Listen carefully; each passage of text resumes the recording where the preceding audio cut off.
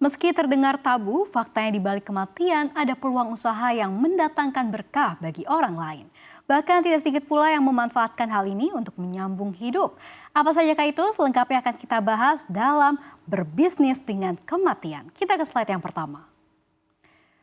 Pengurusan jenazah merupakan salah satu ide bisnis yang gak bakal sepi sampai kapanpun. Biasanya bisnis ini dijalankan yayasan-yayasan yang tak jarang bernaung di bawah yayasan pendidikan. Dalam bisnis ini Anda diminta menangani jenazah sejak awal dari mulai proses pemandian jenazah, penyediaan ambulans sampai pemakaman. Sejatinya pengurusan jenazah memang tidak jauh berbeda dengan rumah duka. Jika pengurusan jenazah digunakan oleh warga muslim, jasa rumah duka dimanfaatkan oleh warga non-muslim. Rumah duka bakal memfasilitasi keluarga dengan jasa penyediaan peti mati, pemandian, perhiasan hingga jadi penyedia jasa tunggu jenazah sebelum akhirnya disemayamkan. Mereka pun biasanya menerima jasa kremasi. Baik penyelenggara jenazah maupun rumah duka harus memiliki kru yang siap menunggu jenazah selama 24 jam. Serta membantu proses upacara pemakaman bersama rohaniawan yang akan memimpin doa. Adapun melansir dari salah satu website survei gaji, mayoritas pengurus pembalseman dan pemakaman jenazah mendapatkan gaji antara Rp2.772.813 hingga Rp5.715.369 per bulan di tahun 2024. Kita ke bisnis yang berhubungan erat dengan kematian yang selanjutnya.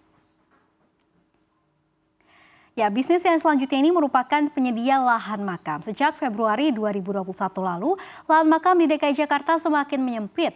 Sebut saja tempat pemakaman umum atau TPU Jeruk Purut yang sudah menyediakan lahan tumpang hingga tumbuk 3. Berdasarkan data dari Dinas Pertanaman dan juga Kehutanan DKI Jakarta, ada total 82 TPU ibu kota yang dikelola Pemprov DKI Jakarta.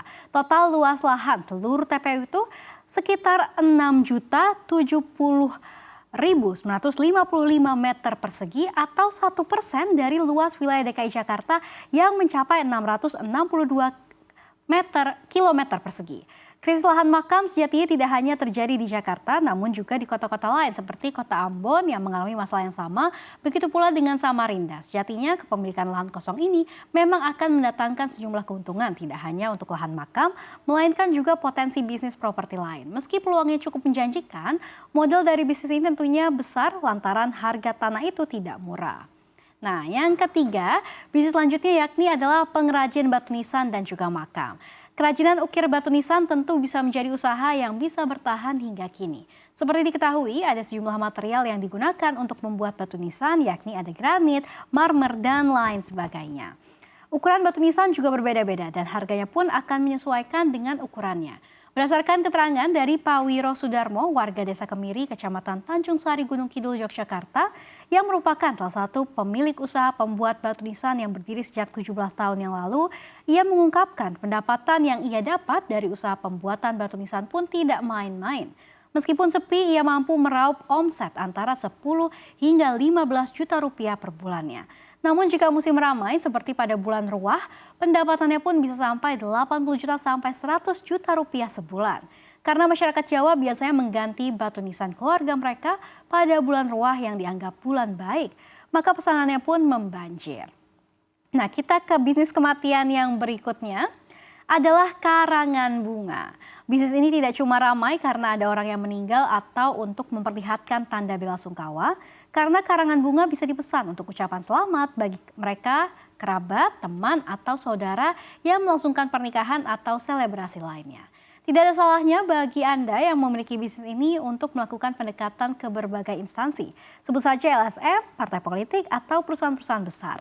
Agar pangsa pasar Anda juga bisa meluas. Selain itu, gencar melakukan promosi khususnya di media sosial. Adapun tantangan dalam bisnis ini adalah Anda harus kreatif dan sanggup mengantar pesanan tepat waktu.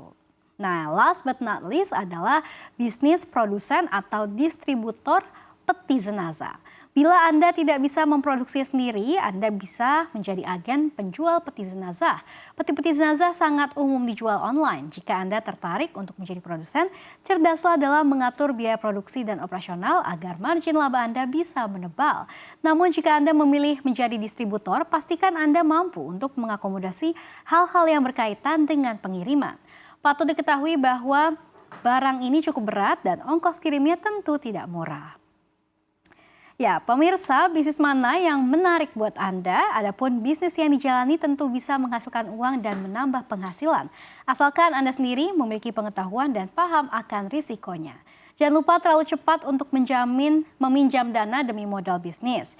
Bila budget Anda pas-pasan, pertimbangkanlah untuk memilih sektor usaha yang bisa dimulai dengan sistem pre-order terlebih dahulu agar keuangan Anda lebih terjaga.